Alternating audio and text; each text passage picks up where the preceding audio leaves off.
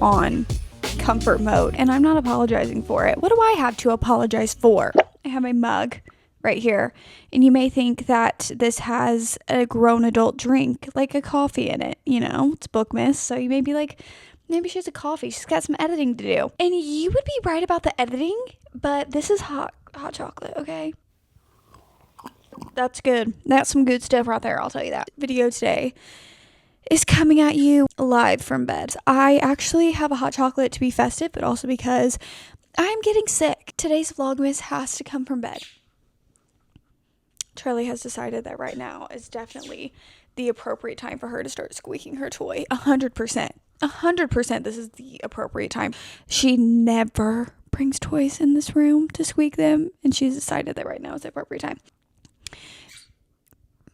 It feels so purposeful, you know? Anyway, you guys already know what today's video is because you guys have read the title and saw the thumbnail, and we are going to talk about every book that I rated a 5 stars this year. And then on the flip side of that, we're going to be talking about every DNF that I had, because I don't know if... I'm so cozy right now.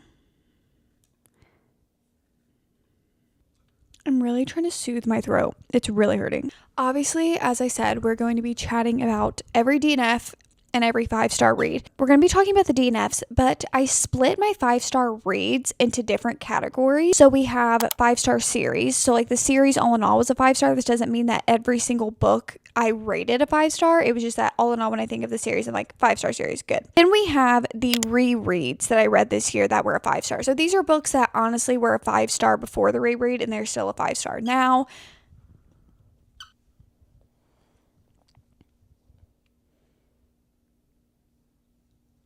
And then, of course, we just have the books that I rated a 5-star this year. Let's start with the DNFs of the year, because let's just get these out of the way. With DNFs, you just kind of have the opinion of like when you stopped the book, not like a whole entire opinion of a book. So let's just talk about my DNFs. So, okay, you're so... Oh, she is so cute.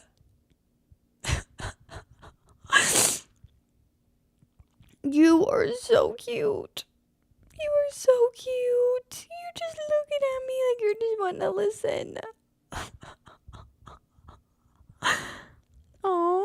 I'm somehow going to find a way to move on and talk. We're going to go in order. I'm pretty sure I can remember the month that all of these were in, but I'm not sure. But these go in order of the year. So I think I had around 7 DNFs, and these are like hard DNFs, which means like I will not be going back to these books. These are not like, oh, maybe I'll revisit them, you know, like I'm just putting them down for now. These are like, I am not finishing these books. I am not finishing these books because I do not want to. Okay, they are not for me. Very first off, I'm pretty sure this was in January. I DNF'd Second First Impressions by Sally Thorne. Now, this was weird because I, of course, have read The Hating Game. I read 99% Mine, and I liked both of those. Well, The Hating Game used to be a 5-star read, but I actually did a video this year where it was like revisiting some of my older 5-star reads to see if they still held up, and that one did not. Okay, I wanted to go into Second First Impressions because I don't know, it seemed like a cute little read. I can still remember I sat down on the couch to read it, and it is about this girl, and she works at this kind of like retirement community. Basically, this guy comes in, and I forget what he does, but he's like coming in for some reason to work there. I think he's the owner's son or something like that. He's very kind of like bad boy, has a bunch of tattoos, like all of that stuff. The reason that I DNF'd it,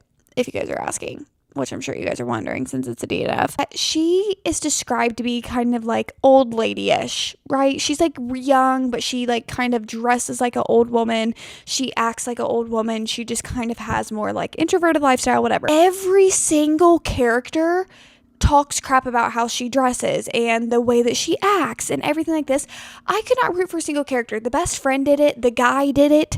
All of the people around her did it. Like everybody just was constantly tearing her down. And I just can't do that. Okay. Number 2, we have Secretly Yours by Tessa Bailey. This is a book, I think I got almost like 200 pages into this book, and I just couldn't get with it. I think that's just all this comes down to, that I just wasn't having a good time. The like structure of the book and just the way that the book was going, this is just not for me. Before this year, I honestly feel like I never would DNF a book. I was somebody who was like, nope, I don't DNF books. I'm just going to read them, because like it is very frustrating to DNF a book because you've spent your money on it or you've spent time reading it and you're like, I might as well see it through, right? I'm not going to waste my time reading a book that I don't want to read, because also I feel like that can also contribute to slumps when you force yourself to read books that you're just simply not enjoying. Like, there's nothing wrong with DNFing. It is very much annoying because you have spent money on a book that you don't like, but you didn't know that going into it. So there's no reason to force yourself to continue reading the book. This year I learned how to DNF, so this was just one of those books where I just wasn't liking it, so I DNF'd it. Number 3, we have The True Love Experiment by Christina Lauren. This one was kind of jarring to me because reading like Love in Other Words, Josh and Hazel's Guide to Not Dating, The Soulmate Equation, like I feel like those books are not like overtly like physical. You know, I like to have some emotional depth to the relationship along with everything else. Purely felt like it was just all physical. Like it didn't feel like there was any type of chemistry. Like I just personally don't like the books like that. I have to have chemistry and emotional connections to really connect to the couple and connect to like other things that are going on. This book, I can just remember like even I think their relationship was just like purely physical, but it didn't feel like there were any fireworks of like liking each other, and I just could not get through it. Even the writing in this book, I was like, wow, this actually just feels like so much different from every other book that I've read by them before. Next up, we have Mile High, which is crazy because I love the Windy City series. Like every other book that has come out of that series, chef's kiss, A+, everything, 10s all across the board. But this started off on the wrong foot because I read Mile High and there were so many things. I don't even know. It was just the guy in this book I hated. I couldn't even see him through his character development because the most frustrating thing is that I know that he has character development because I read the second book and he's like a bigger part of the second book. He's not a main character in the second book, but just the guy that book is following. He's around in that book and you can see the character development that he obviously made sometime in Mile High. I couldn't do it. He sees the female love interest and she's in this apartment building and he's going into this apartment building to talk to like one of his friends. She lives with her brother in this very, very nice apartment building because her brother is an NBA player. She is coming down and she like thrifts her clothes. Like that's just how she likes to get her clothes. She likes to thrift. She comes downstairs and in his inner monologue, like this isn't even like being written off as like banter between them. In his inner monologue, he says that she looks like poor and that she looks like she definitely can't afford to live in this apartment. So like, what is she doing here? Basically like verbally harassing her. And he's like, what are you doing here? And she's just kind of like, none of your business type of thing. Well, where are you going? And I forget like what she says. Like she says where she's going and he's just judging her within his own point of view in his head. You cannot tell me that he liked this girl, like actually, because everything within his inner monologue, I just couldn't get over it. What is next? Oh God. Next up, we have The Secret History by Donna Tartt. Listen, this book, it's hard because I feel like this book is kind of like, what would you call it? Like a modern day classic. Everybody loves this book, okay? Loves this book.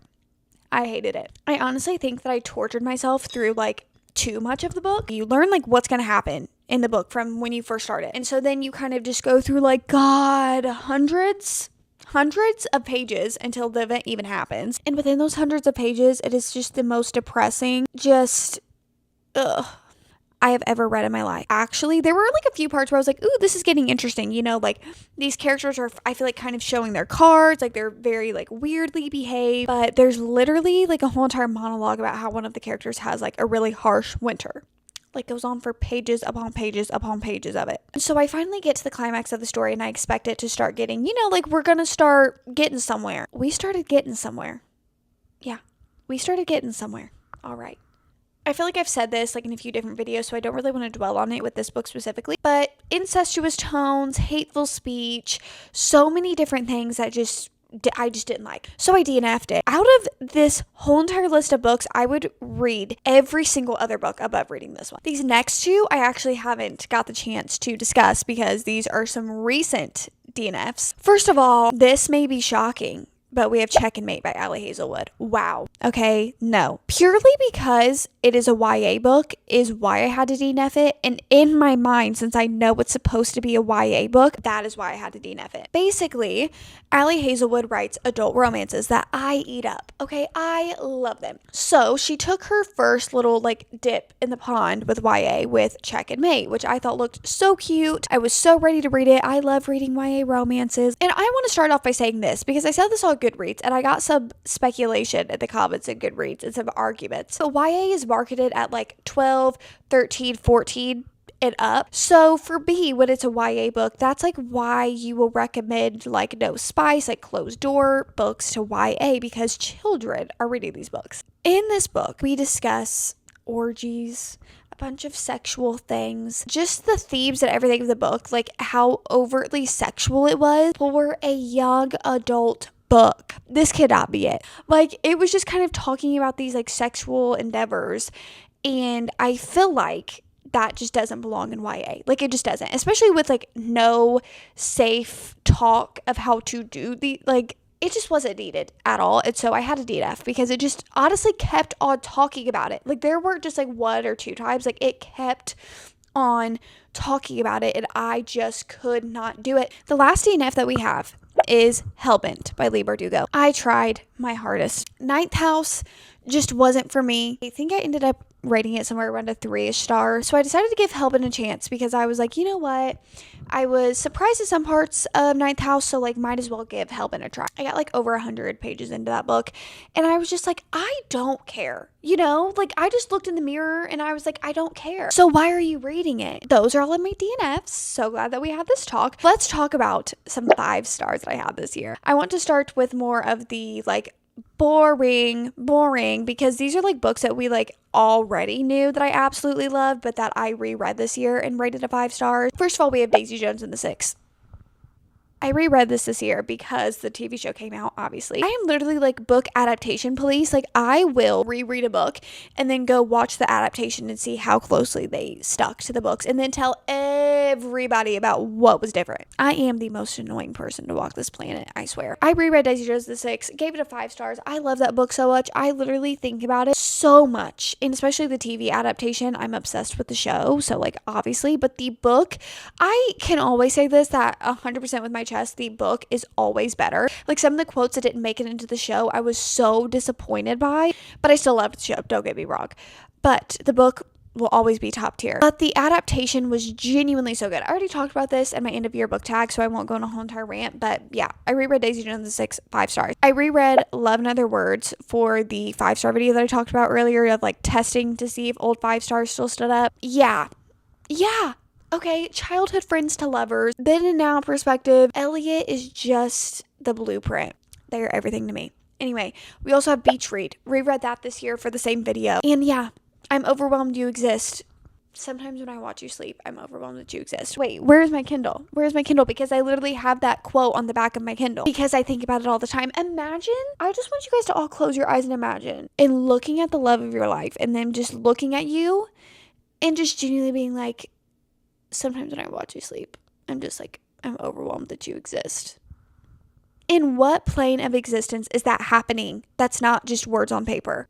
Like, I actually have to sit and think about that. That's crazy. We have Binding and Keeping 13. I read this series for the first time last year. I think some people got confused because with my like favorite series video, I got a lot of questions being like, where's the Boys of Tommen series? I read Binding and Keeping 13 last year. I reread them this year. They don't count for like my favorite series because I've already read those before. The series is reserved for like what I read. Anyway, we're not getting into it. I reread them this year and then literally like a month or two later started rereading them again. I annotated like my original copies and then I went and started annotating another copy like a few months later. I didn't ever finish it, but I literally was about to reread it 2 times. And then lastly for rereads, we have the ACOTAR series. Yeah, I mean, we knew this. So now we're actually going to get into books that I have already read this year. So we're going to start off with series. So these are like 5-star series. Again, to reiterate, these are like not every single book in the series got rated a 5 stars, but when I think about it, it's just a 5-star series. First of all, obviously we have Throne of Glass. I genuinely can't believe that I read that for the first time this year. You think the way that I talk about it that I read it eons ago. Okay, that I have read it like in a millennium, the amount of times that I talk about this series, okay? Genuinely, I read it in like February, March. I said it in, I think, the end of the year book tag video. I am not the same person. I'm not. The storyline, the characters, the way that I emotionally feel about these people is kind of unhealthy. The way that I just feel like they're real, that I love them, that they're everything to me. It's just not good for my mental health. Moving on. We also have the Natural series. I feel like I don't want to get too repetitive with, this series, but the Natural series, YA, it's Criminal Minds, but make it YA. I mean, it's just so good. There's a love triangle, but it's not an annoying love triangle because we all know if you've watched my videos, hi, hello, if you haven't, I'm Destiny. Wow. You're like staying for a while, so you might like me at this point. I don't know. I think that love triangles are one of the most annoying things to ever exist, but this one was not annoying to me, like at all. I actually very much enjoyed it because I feel like if you pay close enough attention, you always know who the character is going to end up with in the love triangle. Then we have the Once Upon a Broken Heart trilogy. 5 stars, so fairy tale-esque. I've talked about this until I'm blue in the face, but this is definitely good for the beginner fantasy people. Last but certainly not least, for 5-star series, we have the Chestnut Spring series. Wow. We can also mark 2023 as the year that I got introduced to cowboy romances. And wow, does Elsie Silver know how to do it? She knows how to do it every time. And she will, and she knows how to do it every time. I don't know how the woman knows how to perfect these. I don't know what she puts in the books, but she just gets it. Now we're going to be talking about just the books that I read this year that are standalones that I rated 5 stars. First and foremost, we have House of Sky and Breath. It pains me that I can't just absolutely word vomit at you guys about why I love this book so much. I said this in a podcast episode today, but I genuinely will find myself driving on the road. I am behind a wheel. I have a license. And I will find myself thinking about these characters. And I'll be like, How are we? Meanwhile, put myself in the situation that these characters are. I would be the side character that everybody forgets about because I would be like, is there a bathroom nearby? I get upset stomach from anxiety. Can I throw up somewhere? Can I have a new change of clothes because I'm going to sweat through them? I'm also going to have an anxiety attack and won't be able to do it. You know what I mean? Yeah, like I couldn't do the action. Anyway, what I'm saying is that I will be sitting in my car and I'll be thinking, how are we going to get out of this situation? How are we going to go through that? What? 1, it's words on paper. 2, you're not doing it. 3, you would never be doing it. But I think about House of Sky and Breath like that when I'm just driving in my car. I just don't know where to go from here. You know what I mean? Next up, we have Say You Swear. I feel like I don't talk about this book enough for how much that I genuinely do love it. I can remember sitting in this bed almost a year ago because I read it in January. I read it for my reading the most hyped books of 2022 video. And wow, Noah Riley, what a man. I ate that book up. I really did. Oh my God. I forgot that I DNF'd Ice Planet Barbarians. Y'all, I'm traumatized from that book. I am traumatized. Listen, I am not one. If you say that you love a book and I hated it, okay. That's your book taste. I don't really care. I'm so glad that you liked it. With Ice Planet Barbarians, when you open up a book with an extremely triggering scene, I'm sorry. What? It's not for me. I forgot that I DNF'd that book. Wow. Anyway, back to Say You Swear. It's like a close-knit group of friends. He comes in. He is just so oh my God. He has Riz. I hate the word Riz, but he does. He has ultimate Riz, and he knows what he's doing. There was so much. It was very Wattpad, but in the best way possible for me. Next up, we have Tomorrow, Tomorrow, and Tomorrow, which I read for that same video of reading the most hyped books of 2022. I did not really expect much from the book. Not that I was like, oh, this book won't be good. Especially at the beginning of the year when it came to literary fiction, I was just kind of just very felt indifferent towards it. I read this and I literally just remember sitting in my bed and I did not want to stop reading this book. I did not want to stop reading it. I was having the best time. It is one of my favorite books of the year. I remember just sitting there and I was like, wow. I just thought that this book was just about some people making a video game. And it is so much more. Next up, we have By a Thread by Lucy Score. I read this in the iconic Book Girlies collab, the first ever collab that me, Sarah, and Haley did. Wow. The memes. Oh my gosh. Talk about banter. Talk about the relationship, he was so down bad. He was so down bad for her in the best way possible. One of my favorite ones is like when the guy remembers like little tiny things that the girl has like mentioned that she like likes, that is like a dream house, me saying little things that she's mentioned and then saying her dream house in the next breath is absolutely crazy. But stuff like that, like things though that just like you mention in conversation, and then it comes to like a scene in the book where like the guy like will do something because he remembered like what the girl said that she like. Maybe it's because I have a fear that like I talk so much and people just like don't listen to me, but it's always nice to know that you're being listened to and like people really, really care in ways like that. And so it always gets to my heart. Next, we have Daisy Grace, The Great Undoing. And what? Oh my God. The quotes from that book, the way that that book has transpired in my brain. There's a puzzle piece cut out just for Julian Hates. He has to fit in that puzzle somewhere. I don't even know what that metaphor was, by the way. I was just like thinking of something. That was a great undoing in my heart.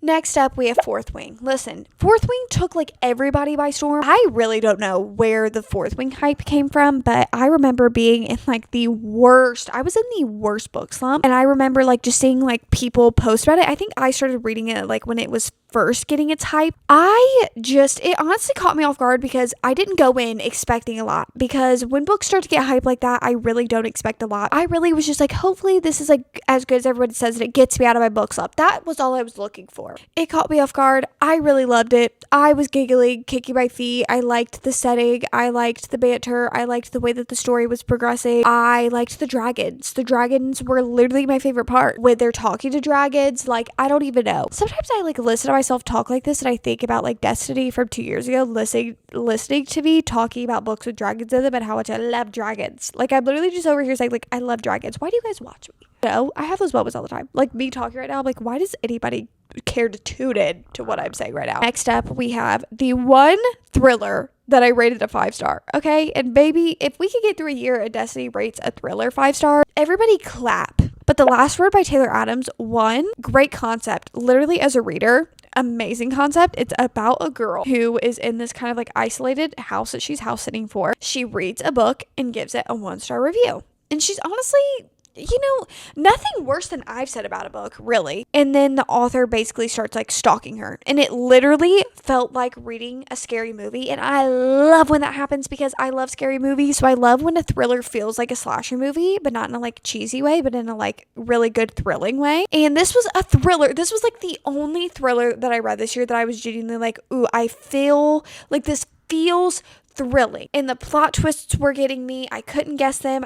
I was having a really great grand old time in both of Taylor Adams' books, because I read 2 of them. I read No Exit and then The Last Word. And both of them did that to me, where I felt that very thrilling feeling and I was on the edge of my seat and I was like, what's going to happen next? And I really like that. We have The 7-Year Slip. Listen, when I first read this book, I think I gave it like a 4.75, and then I quickly realized that no, it is a 5-star, because I think about that book so much.